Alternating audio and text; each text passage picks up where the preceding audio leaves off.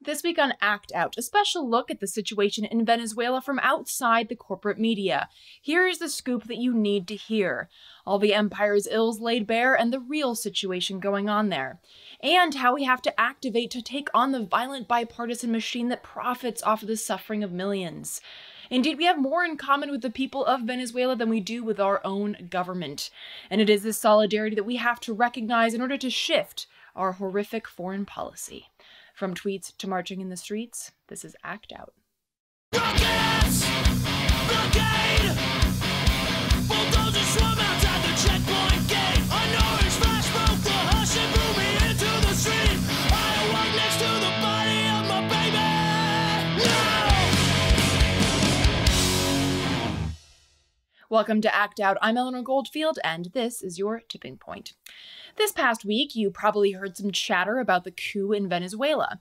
Indeed, unlike many of Uncle Sam's previous Latin American escapades, this one is really out in the open. Still, that doesn't mean that real information has been free-flowing. And what has been free-flowing, as usual, is mostly just propaganda with about as much basis and reality as Hillary winning the 2020 presidential election. Still, though, we are doing an office poll on which country she'll blame this time when she loses. We're welcoming suggestions. With regards to Venezuela, the corporate media has been understandably wrong. After all, they're on the team backing the coup. And as Ben Norton of The Real News noted, the US is not just behind the coup, the US is openly leading the coup. And after all, we have a lot of practice to lean on. Ever since President James Monroe announced a sort of protectorate over the hemisphere in the early 19th century, known as the Monroe Doctrine, the United States has involved itself in the daily affairs of nations across Latin America, often or mostly on behalf of North American commercial interests or to support right-leaning forces against leftist leaders. Chile and Argentina in the early 1970s are perhaps the most infamous, but how about that coup in Honduras in 2009? Or even the failed coup in Venezuela back in 2002? Needless to say, we're all pros at this. By manufacturing economic crises and staging military coups, we have wreaked havoc on most of Latin America for decades. And as Nixon said about Chile in the 1970s, make the economy scream. Some 40-plus years later, we're still calling plays from that playbook. And it is vital that we understand this because we are the only force that can shift the policies of our government. For the most part, save a couple of tweets from the most progressive Democrats, this coup is a bipartisan effort. Just like the undeclared wars and the 1,000 military bases our empire holds around the world, Democrats love a coup, and they love the war machine. It's crucial that we recognize this as a collaborative effort between both parties. Otherwise, we condemn countries around the world to the suffering and oppression made possible by our violent, profit-driven interventions. It follows that we have to understand the situations that our government is a part of in these countries. Our guests will get into more specifics here in a moment, but to give you a basic background gist, last week a relatively unknown Venezuelan politician announced himself interim president of Venezuela. Interestingly enough, after a phone call with our VP, Mike Pence, where Pence suggested that this politician, Juan Guaido, invoke a clause in the Venezuelan Constitution, Article 233, which grants the National Assembly, controlled by the opposition of which Guaido is a part, the power to declare a president's abandonment of the office. The problem is, of course, that President Maduro, who won in a democratically held election, has not abandoned office at all. He's still very much in there. So, Guaido, Pence, and friends such as fascist Bolsonaro of Brazil, who issued a statement recognizing Guaido more than 10 days before Guaido himself announced his interim presidency, these and other players have essentially announced this interim presidency without any democratic elections or proceedings in an attempt to oust a democratically elected president. And yet, our corporate media is still chasing Cold War ghosts in Russia. Forget election meddling, we are shoving countries into civil war.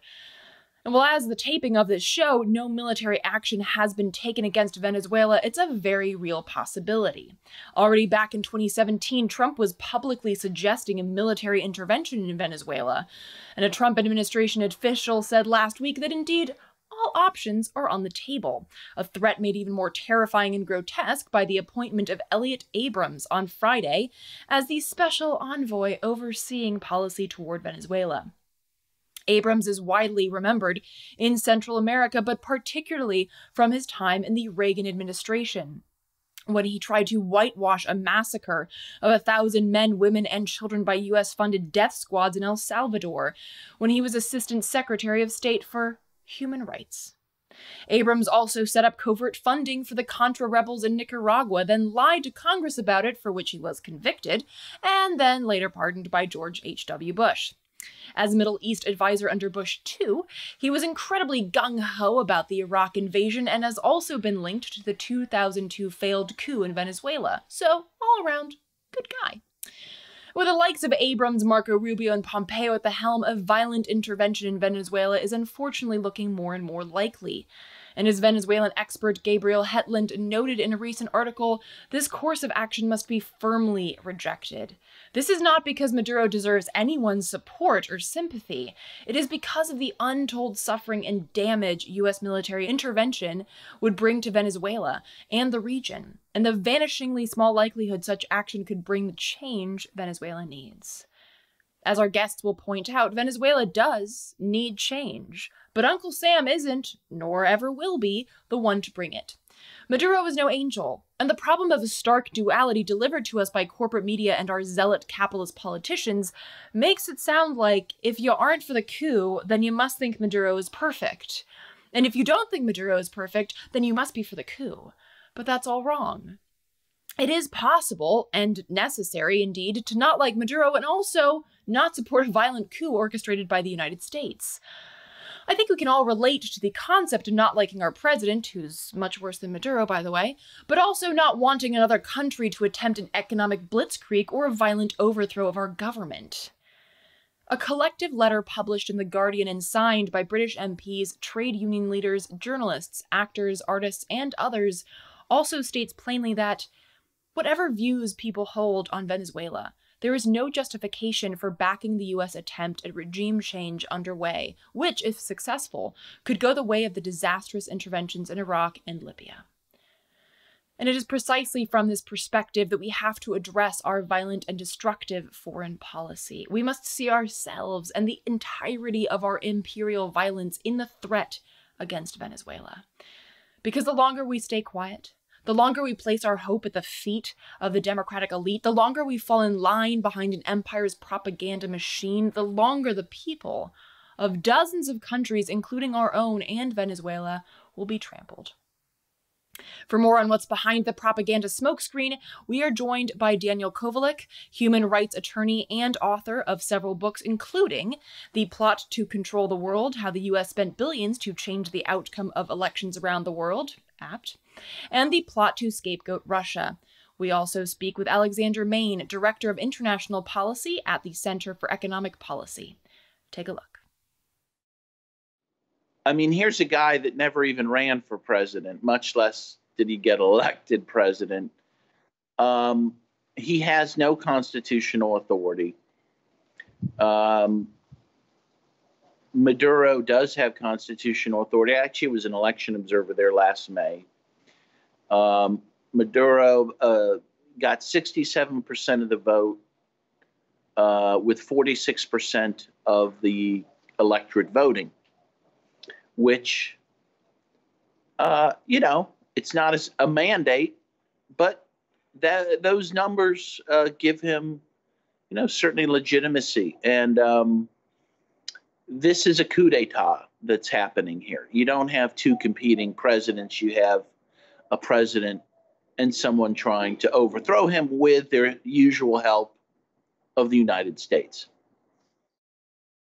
So, indeed, Venezuela has been in an economic crisis for several years now, really since at least 2015. And it's due to a combination of factors. The two main factors are indeed the big slump in oil prices, which occurred around the middle of 2014. You had a very, very steep drop in prices. The price of the barrel of Venezuelan heavy crude oil went from around $110 a barrel to under $30 a barrel in a matter of a couple months. So that hit them very hard.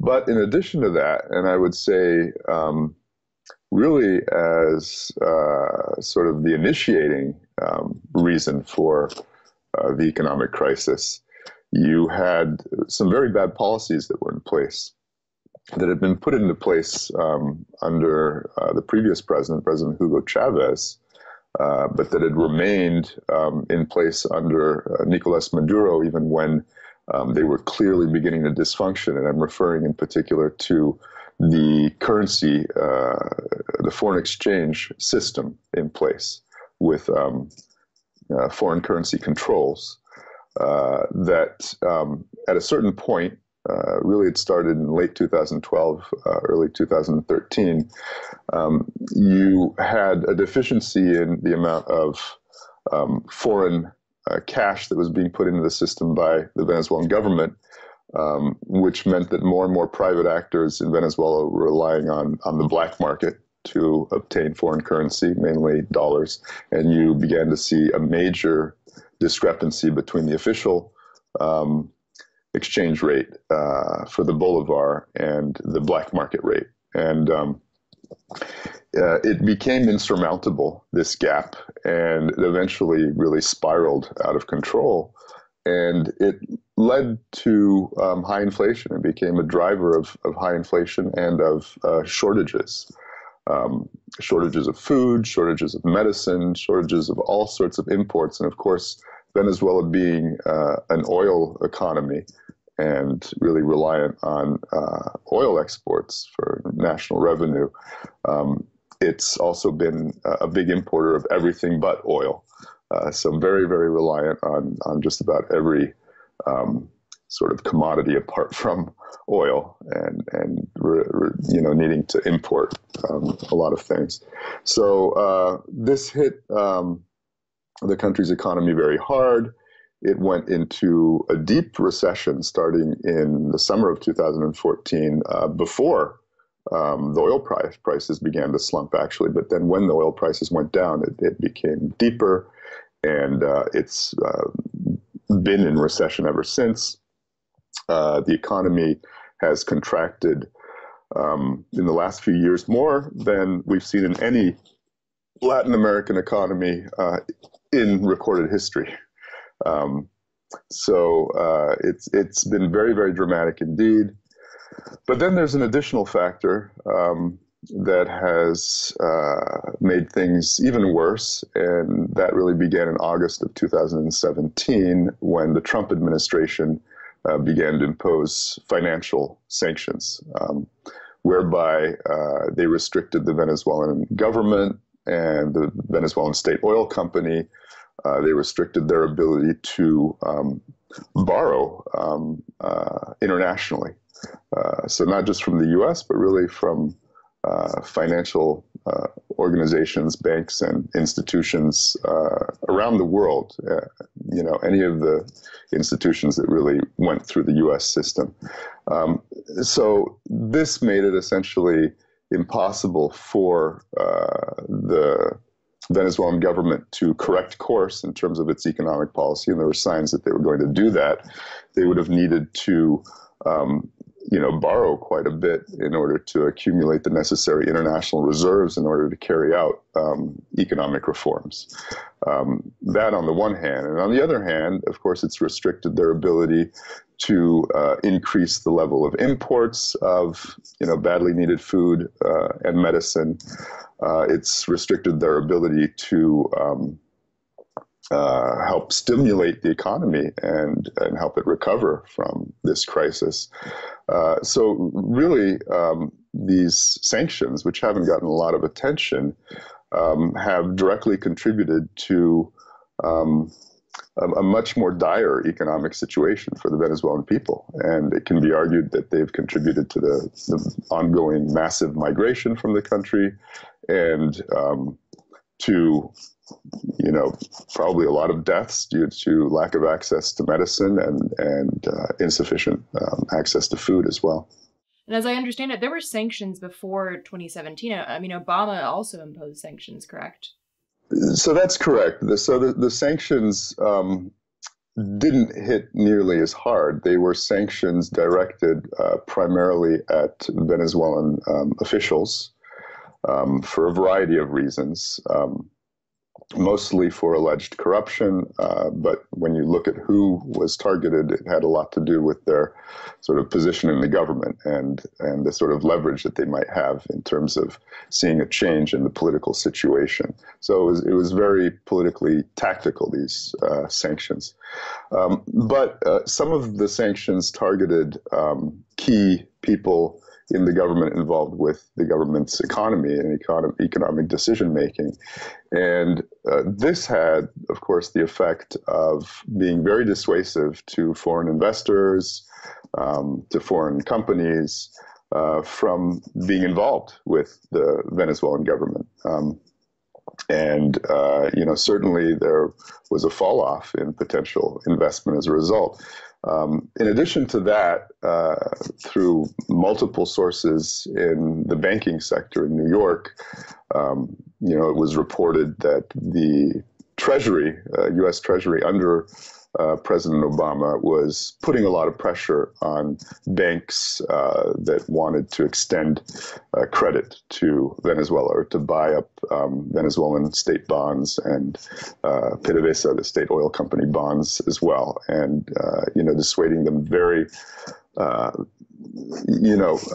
with all the leverage, of course, that Treasury has over U.S. Financial institutions, using some very persuasive arguments to try to prevent them from being involved with the Venezuelan government in any way. So that, I think, was effectively sort of a informal sort of manner of sanctioning the country financially before the formal sanctions came into place in August of 2017. You mentioned that there were some economic reforms that that were about to take place or that they were going to try to put in place. What kind of reforms were these? Well, no, you had some very basic reforms that needed to take place, that still need to take place to really both the in terms of monetary policy and also the, again, foreign exchange policy. As far as the foreign exchange policy, they, simply needed at this point to let the bolivar float, since their controls were no longer working, and again, were a big part of the reason for the dysfunctioning of the economy in general. And so they needed to be able to carry out these reforms. And in terms of the monetary reforms, they needed to cut back on printing money from the central bank, because this was also a big driver of inflation. But in order to do that, they would need to support the bolivar against all sorts of speculative attacks or panics that would almost certainly occur in this sort of context when they would let the bolivar float. In order to do that, they would need to have sufficient international reserves to come in and buy the bolivar and maintain it at, a certain rate, prevent it from, dropping, down below a certain floor. And again, they didn't and don't have access to, foreign lending institutions, whether private or public, except potentially from China and Russia. And they have gotten a little bit of help from China and Russia, but not all that much, at least not recently. And without that help, essentially they can't carry out these reforms. In the short term, if Venezuela could get a break from the economic sanctions and was able to carry out some basic macroeconomic reforms, the economy would improve significantly, and most Venezuelans would benefit from that. But in the longer term, of course, those that would come to power, if in fact Juan Guaido does end up coming to power somehow, as you said, would have a very neoliberal agenda of privatizations, of reduction of the state sector. And of course, the state has played a key role in Venezuela over the last 18 years in helping the poor of Venezuela. It still does today. Even in the current economic crisis, it's providing aid in terms of food assistance to low income and even some of the middle income families, although middle income is now a very relative concept in Venezuela. I think people that are middle income would be considered quite poor at this stage. But at any rate, it's certainly a government that would have an agenda that would involve removing the social safety net or decreasing it, very significantly, and turning the country into a big platform for foreign direct investment, as was the case quite disastrously in the years preceding the election of Hugo Chavez in 1998. In fact, it's because of that economic disaster and the results, the impact it had on the more vulnerable sectors of the population that Chavez was elected in the first place. In terms of what that civil war would look like, that would predominantly be like what we saw in Chile or Argentina, where we're the ones fueling that civil war. We're the ones that put the gasoline on that fire in terms of the human rights abuses. Well, absolutely. And if you compare it to Chile, when Allende was overthrown by the military with U.S. support, Pinochet killed about the Pinochet who led that counter-revolution killed about 3,000 people after Allende was overthrown, tortured about 30,000. And Allende had only been in power for 3 years, right? So in Venezuela, the Chavez-Maduro administrations have been in power now since 1999, so a good 20 years. The point being, that is a very solidified revolution with a lot of supporters. The bloodbath that could ensue by a Pinochet-type regime would be much worse than in Chile. You'd be looking at probably tens of thousands of people killed and many people jailed. It would be very ugly. People have to remember that Venezuela is under very cruel sanctions by the United States that makes it impossible for them to refinance their debt, which is making it impossible. For example, Citgo, their oil company, can't send profits back home to Venezuela. So they're losing $1 billion a year just there. The sanctions are costing them around $20 billion a year. So the point is,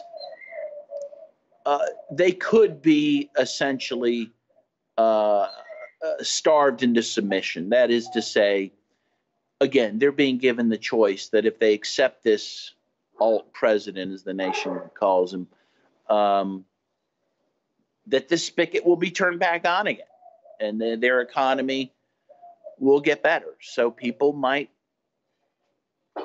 be relieved by that. I mean, that's how this sort of thing works. Your average person might say, I don't like that, it's wrong, but I need to eat. And that's the choice that's been given, But then, of course, the flip side of that, of course, is that, the idea that, and as I understand it, Guaido has already said that he has plans for privatization. And so, of course, if that, when that starts to tip, the economy for the vast majority of people won't be better. It'll just be better for, the U.S. and the people who get to bleed it dry via that privatization. Well, right. And that's why Maduro does have this, again, significant base of support in the poor. That's who's supporting him, because he has built 2.5 million free homes for people, or subsidized homes for people, for example. His base certainly understands what's going to happen if he's thrown out of power. And however this goes, I mean, I think there's a great chance for some type of civil war to happen. And that's what the U.S. is really risking by doing this by running this gambit that it's running right now. The current Venezuelan government of Nicolas Maduro has very few options on the table in terms of dealing with the economy, but they're unlikely to back down because in the current circumstances, with the situation as polarized as it is, with some of the hardline opposition behind, this self-appointed president, Juan Guaido, I think it's been shown in the past that they have frequently resorted to extra constitutional methods to try to get rid of the government of Venezuela. This took place under both Hugo Chavez and under Nicolas Maduro. They've resorted at times to violent tactics. So there's very little incentive really for the Maduro government to just sort of give in and decide that, for the economic betterment of the nation, we need to just step down and allow, a neoliberal right-wing government to take our place. It's unlikely that that's going to happen. And so the bet that the U.S. has is that the armed forces are going to give in at some point. And they've been putting a lot of pressure on the armed forces as well. John Bolton, openly stated the other day that they were looking for ways to cut off payments to members of the Venezuelan military, to starve them economically. I'm not quite sure how they would do it, but I would imagine that there are mechanisms for doing something like that. And so, they're trying to provoke a coup. And of course, that's extremely dangerous. Coups generally are not peaceful. And certainly in the situation of Venezuela, where there are still certainly millions of people that, for better or for worse, support Nicolas Maduro, a coup could very easily turn into a bloodbath. But that seems to be the direction that the Trump administration is pushing things at the moment. Based on your experience, I wonder what your thoughts are on the chances of this turning into a full-on military coup. Back in 2017, Trump was openly calling for a military assault and didn't really seem to understand why we couldn't just invade Venezuela. And even before the elections a year ago, senior U.S. officials came out saying that they wouldn't accept the results of the election regardless. What are your thoughts on this turning into a military coup? I mean, it's very possible. It looks like Maduro has a very strong support in the military. So I don't see that as particularly likely. But again, as the world continues to squeeze Venezuela economically and politically, it could result in such a coup. I mean, they're basically giving the Venezuelan people the choice to either starve or overthrow Maduro. So given that choice, anything's possible. I also wanted to get your take on our spin and propaganda, which is also very typical. They want to turn us into Venezuela, is something that Trump recently said. And this is something that we've heard, since the early days of Castro in Cuba. And it seems a very effective narrative, dousing an anti-immigration, anti-Central South American paradigm with the traditional fear of leftist leanings. Talk about how folks in the U.S. are responding to this sort of fear based on, oh my gosh, we're going to turn into this socialist nightmare country. Look at how scary that is. Meanwhile, largely in part, and thanks to our sanctions, people look at Venezuela and they're like, oh my God, it does look awful. Well, sure. I mean, I think, the problem is that in most of the media, you haven't had any real serious scrutiny of why Venezuela is in its current, dire economic situation. First of all, again, the reasons for the current, economic disaster in Venezuela are multifold, but have nothing to do with socialism. Really, it's not related to socialism. Bad economic policies, such as the policies that have been in place, really for the past 5-6 years in terms of the foreign exchange policy, Similar policies have been seen in, neoliberal governments and have been at times promoted by the International Monetary Fund, with, also very dire effects. So I think that's the first thing. There is an economic crisis in Venezuela. Let's look at the ingredients. Do they have anything to do with socialism? Well, we're not seeing much evidence of that. And of course, looking at the other reason that things have gotten worse and are likely to continue to get worse, which is the imposition of these financial sanctions. And it's quite sad, frankly, that we haven't seen more progressives, including those that have been for years denouncing, the blockade against Cuba, denouncing, these sanctions that are having an even worse effect in Venezuela, arguably, than the embargo is currently having against Cuba. So, I think it would be good for people to sort of analyze, to look a little bit harder at what's really happening and ask some real questions about the policies that have led to the economic situation in Venezuela. I wanted to get your feeling on other countries. So it seemed like there were several countries, particularly right-leaning countries in Central and South America, that were quick to jump on the U.S. bandwagon. Why were countries so quick to fall behind the U.S. on this? Well, what's happened over time is that there was this pink tide that Chavez had brought in with him in Latin America, where, one country after another was electing, center to, center left or left wing presidents. And what's happened over time is that the U.S. has really aggressively tried to roll back that pink tide, and one country after another has gone conservative to right wing. And so ideologically, they're opposed. The presidents of these right-wing countries, they're ideologically opposed to socialism, to even social democracy. And so that's one reason they are jumping on this bandwagon, but also because the U.S. is such a powerful political, military force in the region, that they see that they'll get some sort of benefit from the U.S. if they go along with this. So, and it's quite tragic, because almost every country in Latin America has suffered a U.S.-supported coup.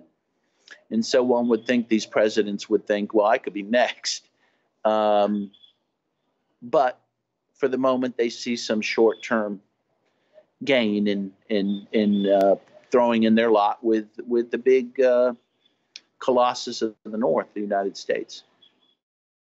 Frankly, Congress has been quite quiet on Venezuela for a very long time, and has sort of let neocons and individuals like Senator Marco Rubio, who has a very hard right agenda when it comes to Latin America, take control of U.S. policy in the region, and particularly towards Venezuela.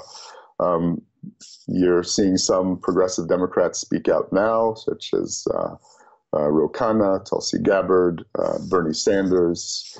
They are opposed to the interventionism in Venezuela, and they've come out clearly that way. But, obviously we need far more members of Congress to do the same. And really we need to see a sort of a bipartisan alliance, as we've seen, for instance, in the U.S.'s support for the Saudi-led coalition in Yemen over the last year or so, which has had real effects. And it looks like the coalition that has developed between Democrats and Republicans, initially actually progressive Democrats and Freedom Caucus Republicans, but that then spread more towards centrist Democrats and centrist Republicans.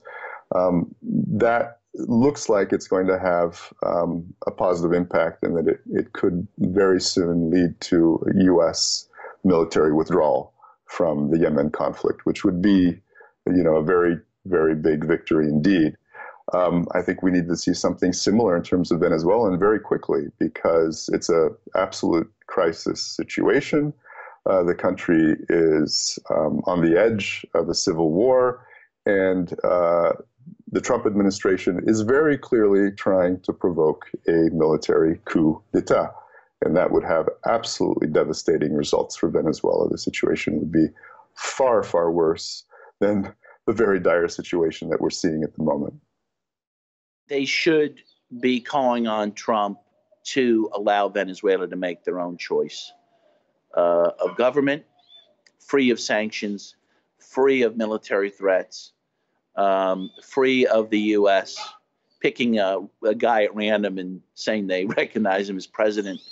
I mean, that's what Congress should be doing. Instead, most of Congress is supporting Trump on this, which, again, there's a huge irony here, okay? Even amongst rank and file Democrats in the U.S. They all think Trump's an idiot and that he is mean-spirited, which is true. But when it comes to foreign affairs, when it comes to him provoking a coup in Venezuela, all of a sudden he's smart.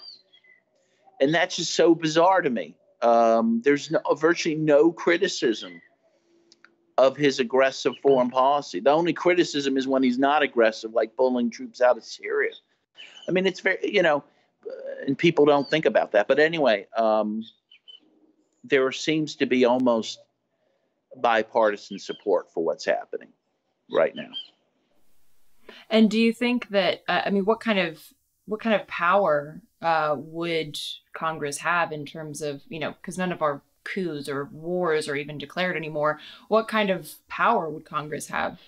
Well, the problem here is they wouldn't have a lot of power because they have the power of the purse. So they can control the president to the extent they can take money away from him. In this case, he's not expending any money. He's just using diplomatic power at the moment, in addition to sanctions, which Congress, by the way, has already approved. So they could remove those. But in terms of what he's doing here by supporting a president who has no constitutional authority, there's really virtually nothing they can do. What can people do? I think people need to protest and to urge their government to stop this type of regime change. That's what the only people who can stop this are American citizens. And people need to wake up and decide that this is not how to interact with other countries in the world. For more on our guests, please do check out our links in the show description and at the end of the show. For a great rundown on the timeline of the coup, check out Popular Resistance's article on the topic, published January 27th. We will put links to this and other articles for further reading in the description and show notes. A special thanks to Dan Beeton at the Center for Economic and Policy Research for sharing some of these articles. And that will do it for this week's Dose of Dissent. Thank you so much for listening and watching and spreading and sharing this with all of your friends, foes, and people that you don't know.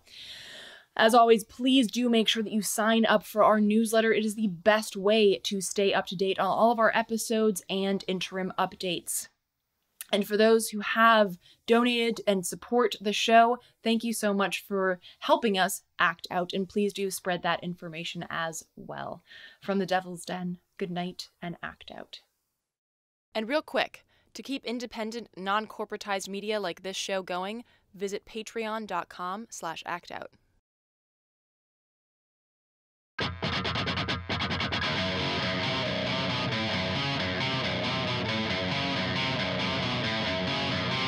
I can hear the boots are stomping.